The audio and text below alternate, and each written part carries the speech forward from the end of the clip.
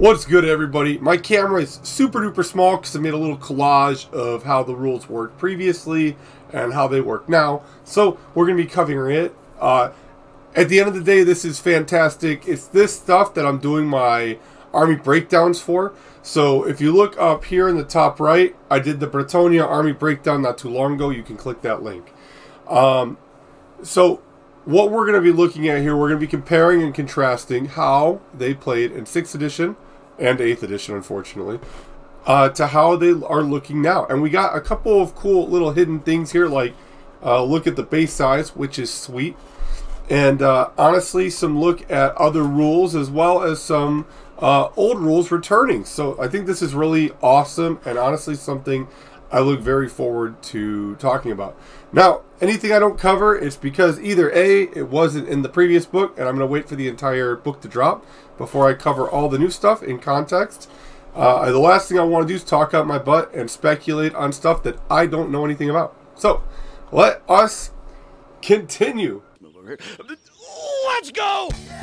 We got the Grail Knights, and if you look over here, I went boom and boom.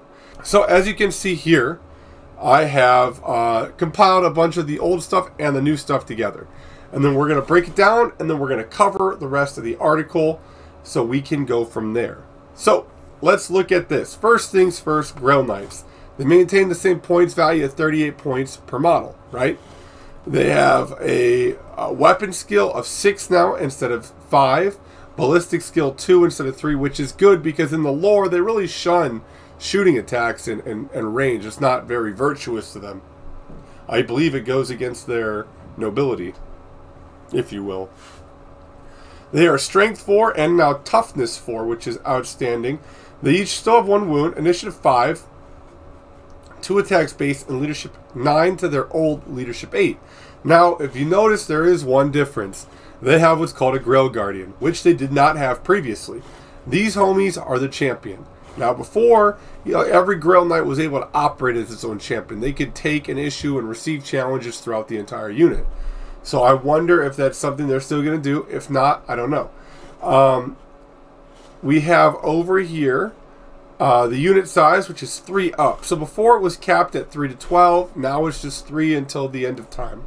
I don't know how the formation works, the lance formation, how many models have to be in it. I don't know. I don't think it showed, and if it did, I wasn't paying that good attention to it. So if you do know, let me know. And then we have equipment, hand weapon, lances, heavy armor, and shields. So heavy armor, shield, I don't know how they're going to do the armor save on these, but if it's anything like before, heavy armor is going to confer a 5 up, shield's going to confer a 4 up, and then they're going to have +2 for being barded, which is going to put them in a 2 up armor save. Not bad. And then iron shod hooves, which counts as hand weapons, and barding. So we already talked about that. So the Grail Guardian is a 7-point upgrade compared, and their standard and musician are 7 points compared to their 10 and 20-point upgrades, which is ridiculous. Now, the cool thing is now they can take up to 100 points of magical banners, which we've already seen they have battle standard bearers. So it seems like you could take just a powerful banner on them, and then you could take a BSB with another powerful banner. It'll give your enemy something to take from you, obviously, but still pretty good, in my opinion. And then again, the Grail Guardian can take a single knightly virtue and magic items up to a total of 50 points. I don't know why I was going to say 25. And then we look at the special rule. They got Blessing of the Lady just out the gate. Close Order, Counter Charge, Finest Warhorse, First Charge, Lance Formation, Living Saints, which they kept, Swift Stride, the Grail Vow, which they kept, and it looks like they have traded a Purebred Warhorse for the Finest Warhorse, which has its own new rules. So again, if we look over here, they have this thing called Counter Charge. If an enemy unit that is like a monster, chariot, or cavalry is charging you and it exceeds their movement value, so they move 8 and they're charging 10, in my assumption, they can opt to counter charge. Both count as having charged, and then on top of it, you go at initiative for the attack. So, why is that pretty awesome? It's pretty awesome because these lances need to be charged. You can't use them if you don't charge, and it's only for the first round of combat. So if someone counter charges you, or someone charges you and robs you of that first turn, you're not going to get those lances, and they're going to have a hard time holding up. They're still strength 4, but still. Now, let's take a look at the lance here, because it is awesome. It's still +2 strength on the charge. Now it's AP 2, so, which is weird, because if you added that to strength 6, it would have been -3 in older editions, but hey, who am I? And then on a 6 to wound, you get to add -1 more to the AP, making it AP -3. So Armor Bane is new, and it's also an old 40k rule and a heresy rule. I didn't feel like breaking down the heresy side of it. So anyways, on a roll to 6, you just add 1. On a wound roll to 6, you add 1 more to the AP value. That's pretty much it. And now we move over here to the Virtue of the Impetuous Knight. Now, Virtue is like magic items and gear you can take to upgrade, as it says here, your Grail Knight Guardian, or your hero or lord or whatever. So, obviously, damsels and the prophetess or whatever, they can't take virtues because they are not dudes and they are not knights. And it goes against the whole chivalry thing of the Grail Knights. I don't make the rules. Virtue of the Impetuous Knight. So, a model with the Virtue of the Impetuous Knight special rule. In addition, this model and its unit increases maximum possible charge range by 3 inches. Finally, when this model and its unit makes a charge roll, you may apply a D3 modifier to the result. So, here's what it used to do. 35 point upgrade. I don't know what the point value is here. The Knight and any mounted unit he is with adds D6 for the first charge that they declare. Roll after declaring the charge. If the charge is failed, the unit will not add this extra D6 to their failed charge movement. So, what this means, before in 6th edition, when this was written, it was just double your movement was your charge value.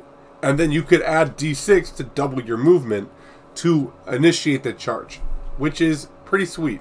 So, over here, increase its possible charge range by 3 inches. And you may apply a D3 modifier to the result. Yeah, that sounds okay. They have changed how charging works. If I believe now, if you don't have Swift Stride, it's 2 dice, picking the 1 highest, and then adding that to your movement. And then with Swift Stride, it's rolling 3 dice, taking the 2 highest and adding it to your movement. If I'm wrong, correct me in the comments, but I believe that's correct. Now, what in the heck does Bretonnian Warhorse, where is that rule? Finest of the War Horses. Now let's check it out, because they cover that, and they also cover the Blessing of the Lady, which we'll look at too. So we're going to come over here, close order, you know, someone else will probably break that down. I'm going to look at this. The Blessing of the Lady first, since it came out. So, is an army-wide rule for the Kingdom of Bretonnia. Instead of rolling to see who goes first, a Bretonnian army may instead kneel and pray.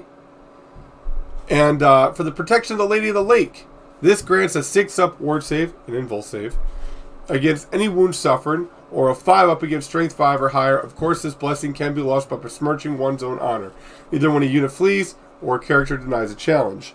Now, that is pretty much verbatim exactly what it was in the previous book. Now one thing I will note is they had a lot of things that would buff this in the previous book, whether it be virtue or magic item, and then on top of it, they had a lot of things that would allow you to get it back. So it'll be interesting to see what they do here with their magic items and how they're going to move forward with it. And then the finest of the war horses. So before, Bretonnian war horses pretty much had the purest breed war horse, which means they didn't suffer the -1 modifier for being barded. Now, they got finest war horses. Another Bretonnian only rule. Such is the quality of these noble steeds, you may reroll any ones when you charge, flee, or pursue before discarding any dice. If their first charge of the game makes contact to the target unit, loses its rank bonus until the next round of combat.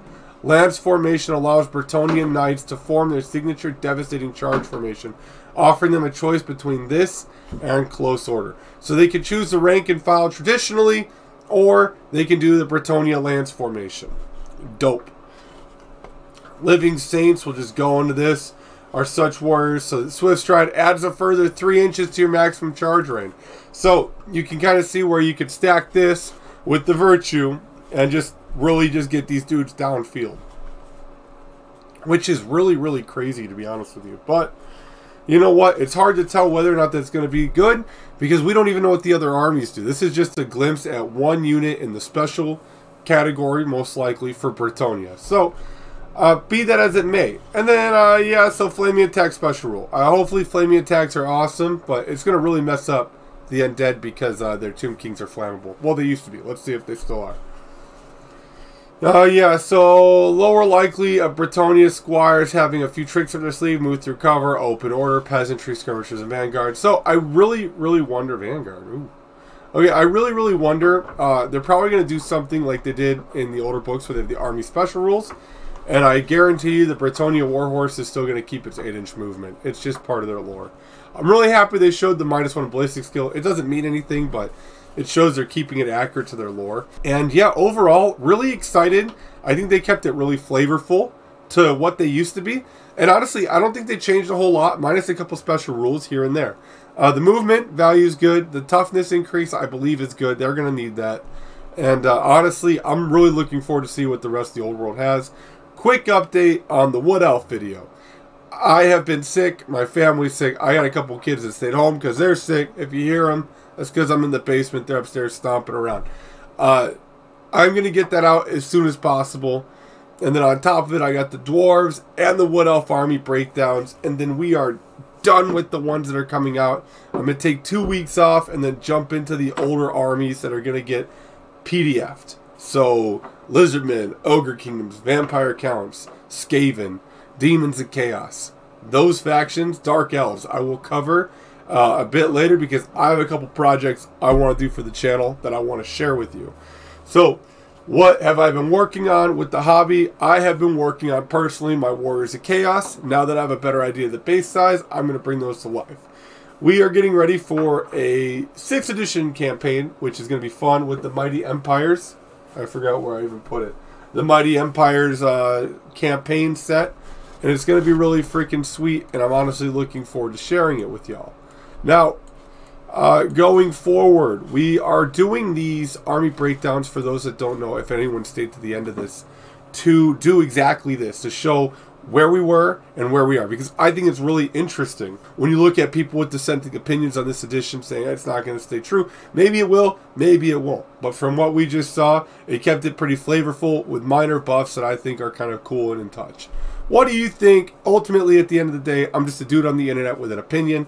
I hope that all of you are doing well, all of you having a good weekend. Wood Elf video out by tomorrow morning so I can record it tonight when no one's making noise. And I want to say thank you all for your patience, time, and I hope you all take care. And I hope none of you get sick like this. Peace.